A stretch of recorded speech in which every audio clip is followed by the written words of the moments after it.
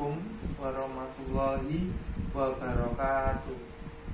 Puji syukur untuk kehadiran Allah Subhanahu wa Ta'ala yang telah mempertemukan kita semua untuk hari ini, dan tidak lupa mengucapkan sholawat serta salam untuk Nabi kita, Nabi Muhammad SAW. Allahumma sholli ala sayyidina Muhammad. Untuk hari ini Pak Edo mau hari ini Pak Edo mau membahas mengenai hukum agraria. Hukum agraria, Pak Edo ini ada beberapa yang Pak Edo ingin bahas. Yang pertama, yang paling gampang dulu lah. Yang paling gampang dulu kita membahas mengenai apa sih itu hukum agraria. Hukum agraria, hukum tanah, pengertiannya ya, hukum tanah atau hukum tentang tanah yang mengatur mengenai permukaan atau kulit bumi. Itu secara universal. Terus, kalau hukum agraria sendiri, dalam bahasa Latin, agraria itu dari kata agraria itu dari kata agri, yang berarti tanah atau sebidang tanah. Itu dalam bahasa Latin ya. Kalau dalam bahasa Sano, agrarius, yang berarti pesawahan atau perladangan atau pertanian. Dalam Kamus Besar Bahasa Indonesia, urusan pertanahan atau tanah pertanian, juga urusan kepemilikan tanah, dalam bahasa Inggris agrarian selalu diartikan tanah dan dihubungkan usaha pertanian. Nah, di dalam agraria, pengertian agraria di dalam UUPA ada lagi pengertiannya. Hukum agraria meliputi bumi, air, dan dalam batas-batas tertentu juga ruang angkasa serta kekayaan alam yang terkandung di dalamnya. Itu tentang UUPA, pengertian agraria UUPA. Ya, di sini Pak Edo mau membahas kenapa sih dari tadi tentang pertanian, lebih condong tentang pertanian. Kenapa negara kita menganut UPA, Undang-Undang Pokok Agraria, yang mana agraria sendiri artinya adalah tentang pertanian atau tanah. Tadi sebelumnya kita bahas agri itu artinya tanah atau sebidang tanah, atau bisa dikatakan sebagai dalam agrarius berarti persawahan. Kenapa? Karena dulu sekali Indonesia zamannya Pak Soekarno ya, Pak Soekarno Pak Soeharto, saya lupa. Nah, itu petani sendiri itu adalah kepanjangan dari Penyangga Tatanan Negara Indonesia. Tahu maksudnya? Jadi negara kita itu bisa berkembang itu karena pertanian kita, karena petani kita. Jadi petani zaman dulu itu lebih makmur hidupnya ketimbang orang-orang yang nggak bertani, gitu. Makanya kita suka sekali menggunakan kata petani. Sekarang orang mana ada yang mau jadi petani? Nggak, jarang orang mau jadi petani. Sekarang maunya jadi PNS, jadi karyawan, BUMN, terus apa jenengane, sing kerja ning kantoran, sing asena, sing penak lah kok. Sekarang jarang ada orang mau bertani. Nggak, orang kesel banget, orang bakal gelem bertani. Gitu ya. Terus kita bahas lagi tentang UUPA. UUPA sendiri itu Undang-Undang Pokok Agraria nomor 5 tahun 60. Nah, paham maksudnya Pak itu? Dulu sebelum adanya Undang-Undang Pokok Agraria tahun 60, kita mengatur tentang pertanahan itu menggunakan Undang-Undang 45 pasal 33 seperti gitu loh. Nah, sekarang kita ada undang-undang yang terbaru mengenai pertanahan itu tahun 60 gitu ya. Nah, di dalam kita nggak usah terlalu jauh untuk ke sana. Pak Edo bahas dulu tentang pengertian dulu ya. Nanti Pak Edo mau membahas sejarah tentang UPA. Mungkin itu Pak Edo bahas minggu depan lagi ya. Kalau untuk sekarang kita pengertian dulu aja. Itu nanti Pak Edo bahas lagi. Di sini pengertian hukum agraria secara luas dan sempit. Secara luas, keseluruhan yang luas dulu ya. Keseluruhan kaidah hukum tertulis dan tidak tertulis yang mengatur mengenai bumi, air, dan batas-batas tertentu, juga ruang angkasa serta kekayaan alam yang terkandung di dalamnya. Kalau kita sebut sebagai avatar. Paham ya? Avatar. Kalau sempit, itu merupakan bagian dari hukum agrarian dalam arti luas, yaitu hukum tanah atau hukum tentang tanah yang mengatur mengenai permukaan atau kulit bumi saja atau pertanian. Di dalam kayak gitu ya, intinya seperti itu. Jadi kalau luas itu mengatur mengenai kaidah-kaidah hukum tertulis seperti bumi, air, batas-batas ruang angkasa, terus angkasa, tertentu ruang angkasa sama alam yang terkandung di dalamnya. Jadi kayak semua yang terkandung di dalam bumi itu kayak itu terlalu luas untuk akhirnya. Tapi kalau untuk Pak Edo lebih suka kita membahas yang sempit aja. Ya, tadi tentang hukum tentang tanah, sebidang tanah, permukaan bumi, dan tentang pertanian. Kita lagi masuk ke tahap tentang beberapa tokoh definisi tentang hukum agraria. Menurut Mr. Budi Harsono, ialah kaidah-kaidah hukum baik tertulis maupun tidak tertulis yang mengatur mengenai bumi, air, dan dalam batas-batas tertentu juga ruang angkasa serta kekayaan alam yang terkandung di dalamnya. Itu menurut Budi Harsono. Menurut Dr. Andes Edward Yusuf SH, hukum agraria menguji hubungan hukum istimewa yang diadakan akan memungkinkan para pejabat administrasi yang bertugas mengurus soal-soal tentang agraria melakukan tugas mereka. Lah, ini Pak Edo mau membahas dulu ya tentang administrasi. Jadi seperti ini. Pak Edo ingin membahas besok suatu ketika kalian mau jual beli tanah. Kalian cuma membuat istilahnya PPJB. PPJB tahu? PPJB itu perikatan perjanjian jual beli. Itu biasanya dibuat sebelum kita buat AJB. Kenapa kita buat PPJB? Karena mungkin ada syarat-syarat yang belum terpenuhi, belum sesuai. Makanya kita menggunakan perikatan dulu dengan PPJB. Kita ikat dulu dengan PPJB. Saat orang melakukan PPJB, itu hak keperdataannya akan beralih, tidak mengalihkan hukum administrasinya menurut Dr. Yusref SH. Jadi kalau di dalam hukum agraria itu perlu ada namanya hukum administrasi. Kalau menurut Pak Edo, hukum perdataan aja sudah nggak masalah.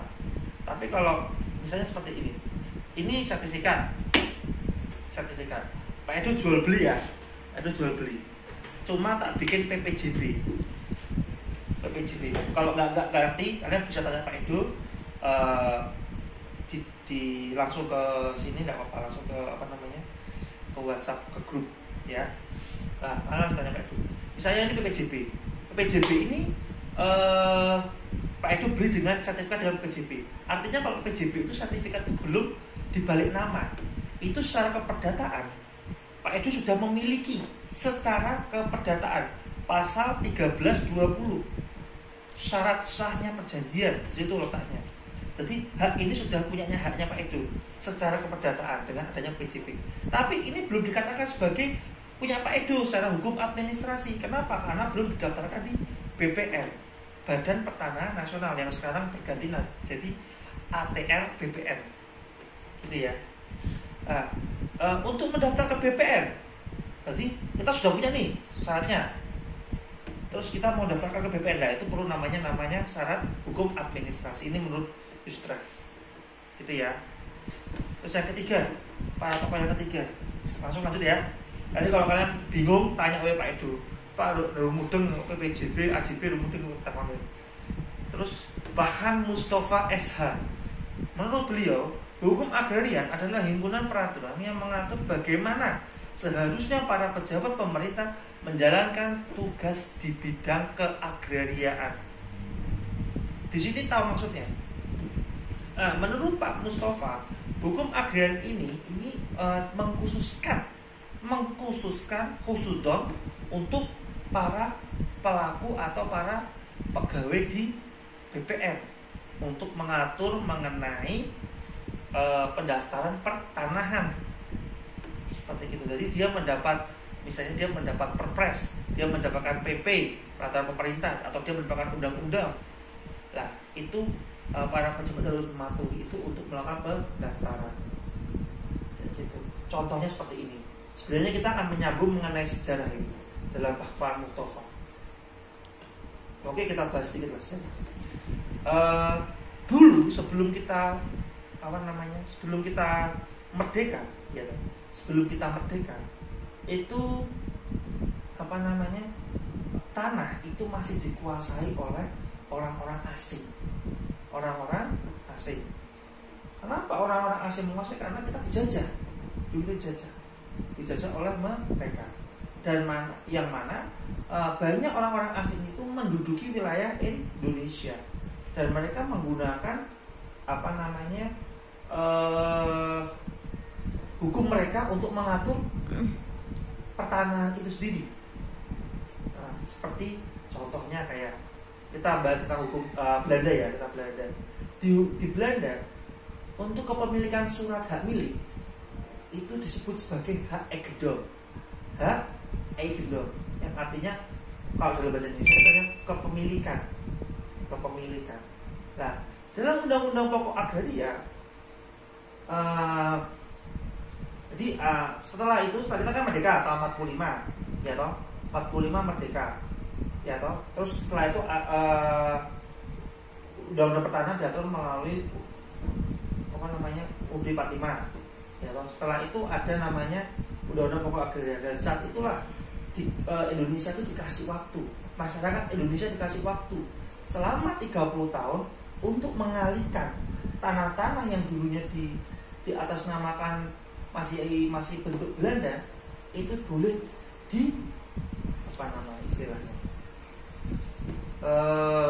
istilahnya apa itu? Saya lupa. Istilahnya itu di pause Umar. Ya. Ya.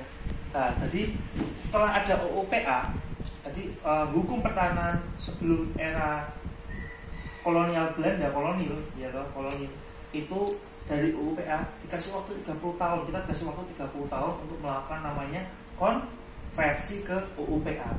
Jadi misalnya ada tanah-tanah yang dahulu sebelum UUPA itu masih atas nama Belanda, masih tulisan Belanda, masih sertifikat Belanda, masih hak eigendom, itu dikonversikan melalui UUPA dengan berbagai macam status di UUPA, seperti kayak misalnya hak milik, terus hak pakai, hak GB, hak GU, hak pemungutan hasil hutan dan sebagainya, dan seterusnya kayak gitu ya. Itu sedikit sejarah mengenai UUPA. UUPA itu ada untuk mengkonversi undang-undang sebelumnya, maksudnya aturan sebelumnya. Paham ya? Kayak colot ini kayak konversi itu UUPA itu seperti untuk seperti seperti alat untuk mengubah peraturan sebelumnya menjadi peraturan yang sekarang gitu loh. Istilahmu apa lah, mbok gawe dhewe terserah kamu. Nah, kita balik lagi ke pengertian agraria ya. Selain dari segi terminologi, pengertian agraria dapat diketemukan dalam konsideran dan pasal-pasal dalam UUPA. Dalam UUPA, Undang-Undang Pokok Agraria, pengertian agraria meliputi air, ruang angkasa serta alam yang terdalamnya. Pasal 1 ayat 2. Megangin ngantuk. Yang megang kamera ngantuk. Nah ya, pause. Hukum agraria menurut UUPA memiliki pengertian hukum agraria dalam arti luas yang merupakan suatu kelompok berbagai hukum yang mengatur hak-hak penguasaan atas sumber daya alam yang meliputi. Yang pertama, hukum pertanahan. Hukum pertanahan sendiri itu mengatur tentang hak-hak penguasaan atas tanah dalam arti permukaan bumi. Atau seperti cara dini, cara Quran lah. Kalau kamu masih jalan di permukaan bumi nggak boleh sombong lah. Manusia itu kalau masih jalan di permukaan bumi nggak boleh sombong. Itu ada Qurannya, tapi aku lupa Quran apa. Yang kedua, hukum air mengatur hak penguasaan atas air. Terus yang ketiga, hukum pertambangan mengatur hak penguasaan atas bahan-bahan galian yang dimaksud oleh Undang-Undang Pokok Pertambangan (UUPP). Dalam hukum perikanan mengatur hak penguasaan atas kekayaan alam yang terkandung di dalam air. Terus hukum kehutanan mengatur hak penguasaan atas hutan dan hasil hutan. Terus hukum penguasaan atas tenaga dan unsur-unsur dalam ruang angkasa, bukan space law, ya, bukan hukum langit ya, bukan hukum ruang angkasa. Cuma hukum penguasaan atas tenaga dan unsur-unsur dalam ruang angkasa itu kayak penguasaan tanah misalnya, jadi di atas ini Indonesia ya, Indonesia. Nah, kayak ini ono satelit ya. Kalau satelit nah, di atas Indonesia itu tidak boleh ada satelit. Sebenarnya nggak boleh ada satelit, nggak boleh ada orang yang melintas satelit, naruh satelit di Indonesia itu nggak boleh ada. Yang boleh itu cuma satelit Indonesia sendiri, jadi nggak boleh ada satelit yang lain. Pemancarannya nggak boleh. Itu bisa. Paham ya maksudnya Pak Eko ya? Nggak paham ya? Oh dari awal. Jadi dari angel. Terus ini lanjut ya, tentang pembidangan Ya. Terus ini pembidangan dan pokok bahasan hukum agraria. Nah, di sini ada dua. Hukum agraria itu secara keperdataan. Hukum agraria keperdataan. Yang pertama perdataan, yang kedua tentang hukum agraria secara administrasi. Jadi kalau secara keperdataan, keseluruhan dari ketentuan hukum yang bersumber pada hak perseorangan dan badan hukum yang memperbolehkan, mewajibkan, melarang melakukan perbuatan hukum yang berhubungan dengan tanah. Jadi ini lebih ke subjektif, ke orangnya, ke pemiliknya, paham ya? Jadi kayak misalnya atau misalnya nih, saya punya tanah, tanahku kuwi ada di tengah-tengah pemukiman, ya toh?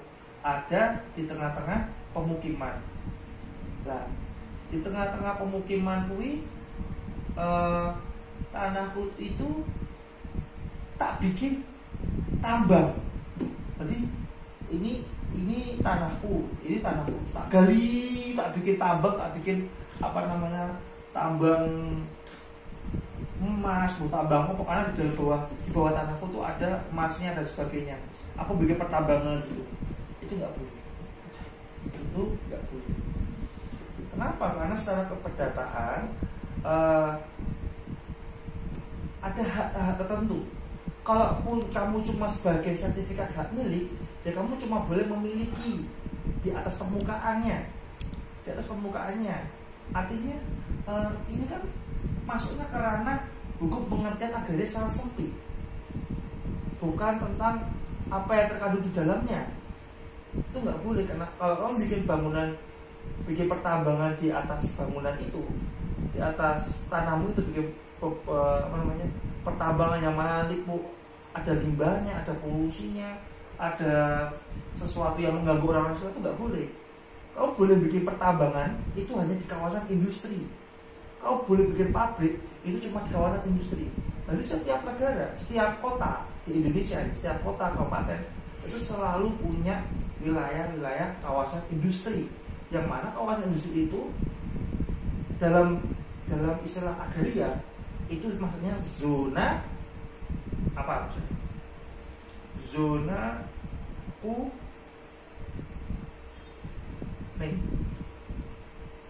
Bukan. Kalau zona kuning itu untuk pemukiman. Kalau zona merah. Zona merah. Jadi zona merah itu dikhususkan untuk kawasan industri. Kalau zona kuning itu untuk pemukiman. Pemukiman yang mana pemukiman itu bisa jadi merah, bisa jadi hijau. Lah, kalau zona hijau sendiri itu sudah masuk ke ranah tentang penghijauan. Artinya itu untuk kayak apa ya? Kayak paru-paru kota. Jadi nggak boleh dibangun hanya untuk kayak misalnya orang nandur, orang nyawah, terus orang sawah, tanduran, pemain kok ngono lah. Nah, kadang-kadang di dalam kehidupan kita sehari-hari, banyak sekali realita yang mana ada aturan tertentu yang tidak memperbolehkan zona hijau itu menjadi zona kuning atau zona merah sekalipun.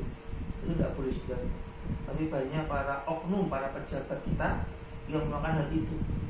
Mereka menggunakan kewenangan mereka menggunakan kapasitas mereka untuk mengubah zona-zona itu untuk menjadi zona yang dibutuhkan oleh orang banyak, seperti pemukiman, perumahan dan sebagainya. Biasanya kewenangan itu diberikan oleh orang-orang dewan, orang-orang pejabat tertinggi. Dia bisa mengubah hal itu. Jadi besok kalau kalian jadi pejabat, jadi pejabat yang yang tidak menyalahgunakan kewenangan. Kalau memang sudah tahu aturannya, jangan dilanggar. Dosanya kalian itu dosa jariah nanti maksudnya. Pak Edo ini bukan hanya kuliah, itu juga ngasih masukan buat kalian, pengertian buat kalian. Jadi manusia itu orang jadi saya ini jadi manusia, tapi punya nggak? Pernah berpikir nggak jadi manusia yang berakhlakul karimah, berbudi luhur? Jadi tiket ke surga itu sih? Tiket ke surga itu gimana? Hablu minallah dan hablu minan nas. Kamu taat sama Allah juga kamu menghargai manusia, sama-sama menghargai manusia. Jadi nek Allah mbok taati terus tapi kowe karo menungso sampai naik diri, ya tetap Allah akan mempertimbangkan untuk masuk ke surga gitu ya. Ojo menyalahkan kewenangan kalian. Oke, kita masuk lagi ke ini, masih banyak soal. Kita masuk lagi ke hukum agraria administrasi. Keseluruhan dari tuntutan hukum yang memberikan wewenang kepada pejabat dalam menjalankan praktek atau politik hukum negara dan mengambil tindakan dari masalah-masalah agraria yang timbul. Nah, di sini tentang administrasi. Tadi kan Pak itu sudah menjelaskan ya, sudah menjelaskan. Jadi secara keperdataan sebenarnya kalau dalam hukumnya Pak Edo dalam 1320, secara keperdataan orang yang melakukan hukum perdata dengan Pak Edo sebagai pejabat di sini ya, sebagai pejabat. Kamu A dan B, Pak Edo di tengah-tengah. Secara keperdataan kalau mereka mau jual beli, A mau beli punyanya B, maka secara otomatis dengan adanya Pak Edo situ keperdataan akan pindah ke A. Nah, secara hukum agraria administratif itu beda. Jadi di sini tentang bagaimana cara prakteknya, artinya bagaimana cara dari hukum A ini, ya atau bisa jadi balik nama atas nama si A, bisa jadi atas nama si A, gitu loh misalnya. Nah, kalau ini nggak dibalik nama jadi nama si A, dia mau mengajukan pinjaman ya, atau mau melakukan pinjaman, mau suatu ketika dia meninggal dia mau menjatuhkan memberikan waris ke anaknya, atau dia mau menghibahkan, itu gak akan bisa karena secara keperdataan itu punyanya secara A tapi belum dibalik nama oleh A gitu loh.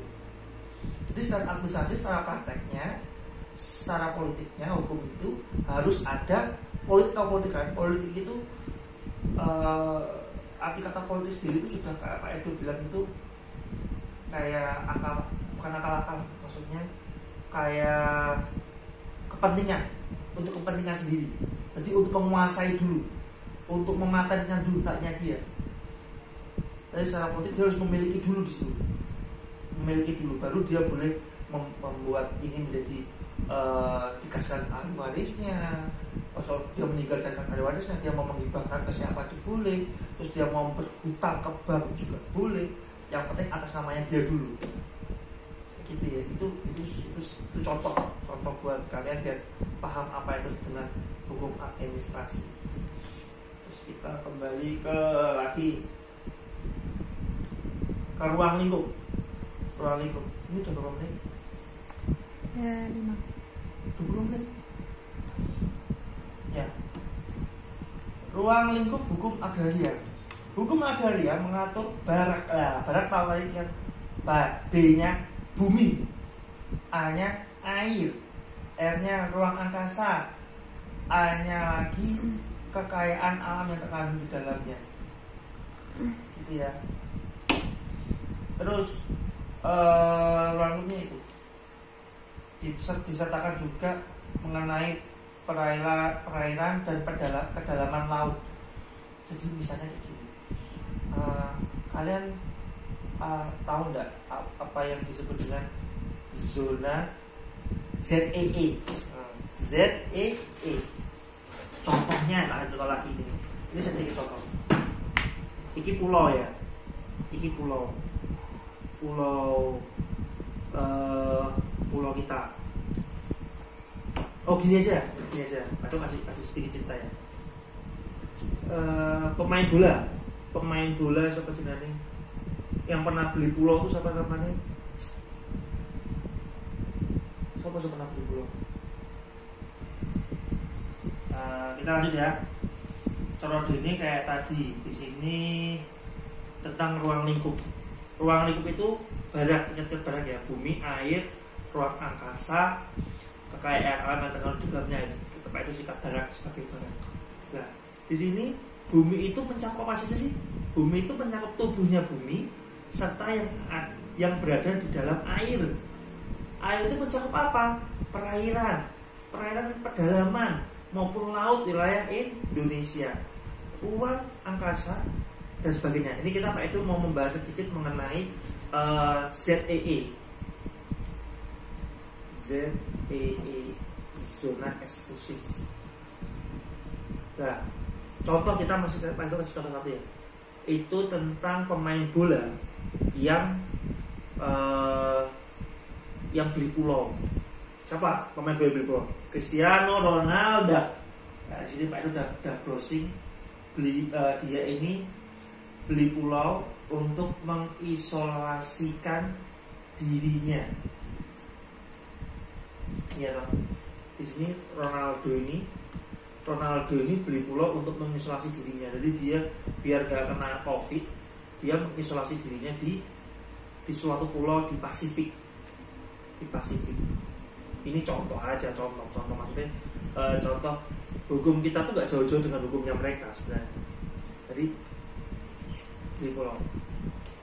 Nah, Ronaldo itu kalau Pak Edo lihat, dia itu secara hukum dia itu cuma menguasai pulaunya, hanya menguasai pulaunya. Jadi sebesar pulau itu dia kuasai, tapi tidak untuk perairannya. Karena apa? Karena perairan itu sudah beda lagi izinnya. Bukan kalau orang mengatakan aku beli pulau, enggak. Kamu tuh nggak beli pulau, kamu tuh beli tanahnya, beli di atas pulaunya, bukan beli tambangnya, bukan beli airnya. Kalau Indonesia seperti itu. Kalau kamu tinggal di pulau yang kecil, ambil contoh pulau di mana? Di Sumbawa apa pulau di mana lah, pulau kecil. Atau kau pernah ke Pulau Tikus gak yang di Sumatera itu? Yang Pulau Tikus itu letaknya dari Bengkulu itu ke arah barat. Ke arah barat ini Pulau Sumatera. Terus ada Pulau Tikus kecil. Itu kalau orang ke situ dia ngakunya aku beli Pulau Tikus, nggak bisa. Kamu nggak bisa mengatakan kamu beli Pulau Tikus. Kamu cuma beli tanah yang ada di Pulau Tikus, seperti gitu loh. Jadi meskipun kamu di sini, terus kamu mau melakukan menguasai menguasai ke dalamnya pulau tikus itu nggak boleh. Apalagi menguasai perairannya nggak boleh. Misalnya ada petani, bukan petani, nelayan masuk ke pulaumu, berair di daerah pulaumu, berair di, kan ada, kalau pulau itu kan kayak gini, ini kayak gini ada kayak lingkaran, ini namanya ZEE. Jelas nggak? ZEE ya, ZEE. Nah, ini pulaumu, terus kamu mentang-mentang di pulau ini, ada nelayan lewat nih pulaumu, terus kamu, ojo mancing ning kono, iki pulauku, kowe atau mancing ning kene. Itu nggak boleh. Karena kamu bukan pemilik pulau, kamu cuma membeli tanah di atas pulau. Ingat-ingat ya, itu yang kamu harus pahami. Dan untuk kuliah Pak Edu, sampai sini kasihan yang megangin kamera. Oke, assalamualaikum warahmatullahi wabarakatuh.